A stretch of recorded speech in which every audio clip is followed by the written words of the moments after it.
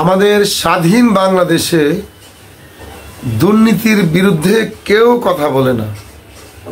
যদিও মাঝে মধ্যে দুই একজন দুর্নীতির বিরুদ্ধে কথা বলেন, তাকে বিভিন্ন মামলা দিয়ে মুখ বন্ধ করে দেওয়া হয়। যেমনি করে ব্যারিস্টার সুমন, এমপি সুমন, গোলাপ নামের এমপি সাহেবের দুর্নীতির বিরুদ্ধে কথা বলেছেন।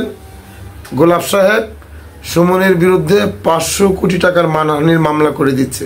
যে ব্যক্তি দুর্নীতির বিরুদ্ধে কথা বলেছেন দেশের কল্যাণের জন্য, মানব কল্যাণের জন্য, উনি আবার মামলার আসামি হতে হয়। এই মামলাগুলি যে দুর্নীতিবাজ করে, এই মামলাগুলি কিভাবে কোর্ট অ্যাকসেপ্ট করে? বিচার বিভাগ যারা আছেন সবাইকে সমান চোখে দেখেন, সেই কারণে হয়তো মামলাগুলি অ্যাকসেপ্ট করেন।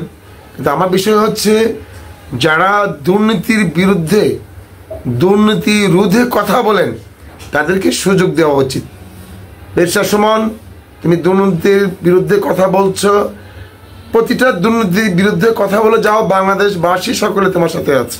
অনেক ভাই, আল্লাহ হাফিজ।